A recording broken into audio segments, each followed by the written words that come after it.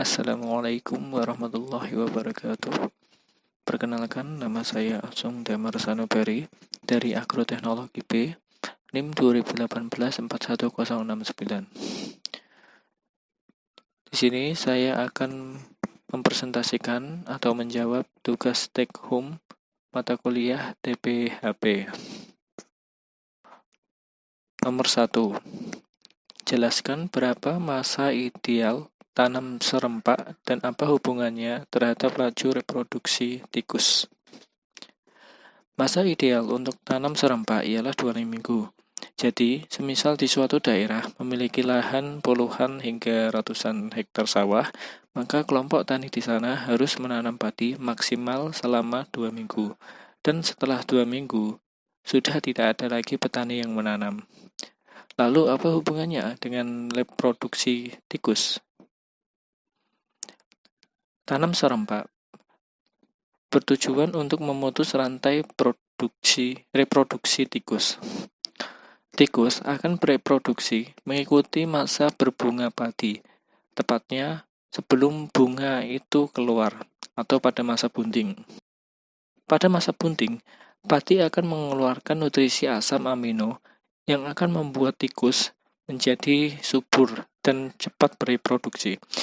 Jadi, jika ada petani semisal telat tanam kurang lebih 3-4 minggu setelah tanam serempak dilaksanakan, dan kebetulan yang telat itu masuk ke dalam masa bunting. Tikus yang dulunya pada tanam serempak itu baru saja melahirkan akan menyerbu padi bunting yang telat tadi, sehingga tikus akan makan padi, lalu hamil dan melahirkan lagi. Kenapa bisa begitu? Karena tikus memiliki kemampuan, yaitu ketika mereka sudah melahirkan, baru saja melahirkan, mereka bisa langsung bereproduksi lagi. Jadi, jika ada petani telat lagi, maka siklus tersebut akan terulang kembali sehingga hama tikus tidak terkendali. Jadi, penting sekali untuk melaksanakan tanam serempak agar rantai reproduksi tikus itu dapat terputus. Selanjutnya, nomor 2. Apa perbedaan mendasar TBS dan LTBS pada pengendalian tikus? TBS dilakukan dengan cara menanam tanaman perangkap, yaitu berupa padi yang ditanam 3 minggu lebih awal, dengan ukuran petak 25 x 25 meter untuk lahan seluas 10-15 hektar. Setelah itu, dipasang pagar plastik atau terpal yang diberi jebakan dengan pintu berbentuk corong, dan bagian dalam jebakan tersebut diisi dengan air, sehingga akan menyulitkan tikus untuk keluar. Sedangkan untuk LTBS dilakukan dengan cara hampir sama dengan TBS, tapi tidak perlu menanam tanaman jebakan. Cukup membuat pelindung dari pagar atau terpal yang melindungi sawah dari arah got besar. Kenapa got besar? Karena pada got besar biasanya menjadi habitat tikus. Nomor 3. Jelaskan tentang pestisida hasil tiruan botanik. Contoh, pyrethroid, neonicotinoid, dan lain-lain. Pestisida tiruan botanik adalah pestisida yang bahan aktifnya berasal dari tanaman atau tumbuhan, berupa tiruan dari ekstra tanaman. Penggunaannya lebih efisien dan lebih murah. Untuk pyrethroid sendiri terbuat dari ekstra bunga krisan, sedangkan neonicotinoid berasal dari tiruan ekstrak nikotin. Nomor 4.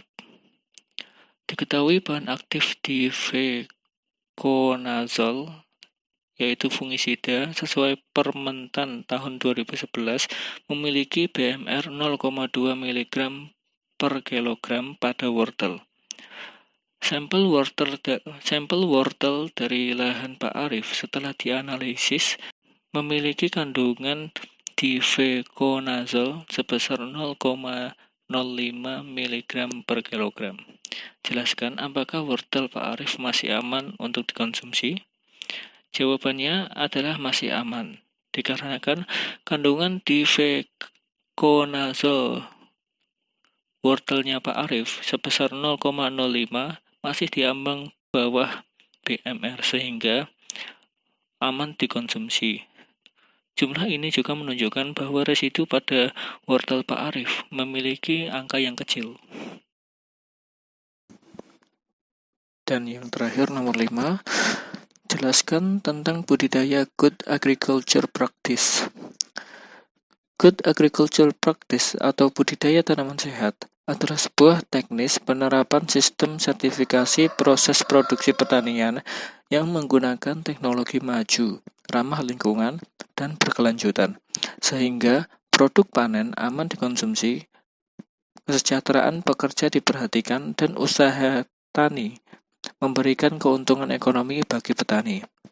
Pada teknis Good Agriculture Practice, penggunaan pupuk kimia, pupuk organik, biomikrobial, menggunakan takaran dan dosis yang sesuai agar dapat saling melengkapi.